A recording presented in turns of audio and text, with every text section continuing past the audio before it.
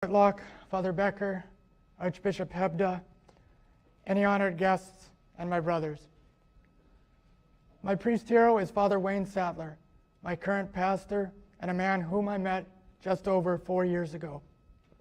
There are many wonderful priests in the Diocese of Bismarck, but Father Sattler stands out for one reason.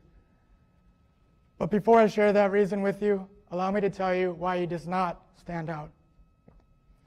It is not because he is an excellent preacher, spent time away from parish ministry for 6 years as a hermit, not because he has a deep understanding of the Spanish mystics, John of the Cross in particular, spent time as a chaplain at 2 of the Catholic high schools in our diocese, or served at mission parishes on the Fort Berthold Reservation, and was, perhaps I should say, is a friend of St. Teresa of Calcutta. Father Sattler continues to preach and direct retreats for the missionaries of charity to this day. But it's not what he does that makes him my priest hero. It's who he is. Father Sattler is a man who lets the light of Jesus shine through him, and this happened in a special way for me 2 years ago. Father understands how we are to be at peace with God. This was clearly illustrated to me at a retreat, a one-day retreat that I went on before Holy Week 2 years ago, which happened to coincide with spring break. I figured it wouldn't be a bad idea to go to a talk with 2 priests and 1 psychologist on the spiritual life. So I went, and the theme of the retreat was peace is the result of order. Father's talk, which was first, centered on self-denial as the first step towards love of self, or wanting what is truly best for me. There's no more influential talk I've listened to during my time here at St. John Vianney. The first thing that stood out was Father's ability to say things in a way that a normal person would think of saying them. He speaks directly to minds and hearts. Here's what he says on self-denial. If we want to be disciples of Christ, we must practice self-denial. We must lose ourselves. I don't think we can hear that enough. But can you honestly recall in your life having anyone else teach you to lose? I've never been taught to lose. I've been taught to win, most times at all costs, making it all about me, end quote.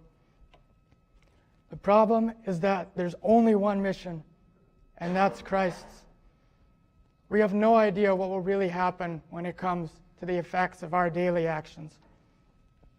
But self-denial is not easy. War comes in through our passions, but the fight's so necessary. I've heard Father Sattler compare self-denial to exercise for our soul.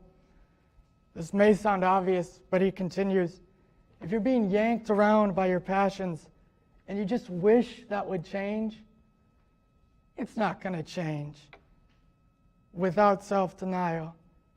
Self-denial strengthens our interior muscles and holds us back from where our passions are trying to pull us away from Christ. As a pastor, Father said, if every time I have a free moment, I use it selfishly and get away from the parish, there's not going to be peace here. Furthermore, when I'm experiencing a lack of peace, I can always link it to when I stopped practicing self-denial. I lack the order through which I'm able to experience peace. The second thing I took from his talk is a principle that I'm convinced every would-be pastor ought to remember. What is most important in your heart will likely be what is most important in the hearts of your children. Many of us will someday be priests, others will be natural fathers, but both have sheep that need shepherding. I learned that what must be most important for us, or in my heart, is doing the will of the Father. If not, the sheep will be scattered. Doing his will takes self-denial because it puts an order into our hearts and restrains our passions. These two things the ability of Father to say things in a way that parishioners would think about them, and his evident knowledge and submission to the will of God in his life are why Father is my priest hero.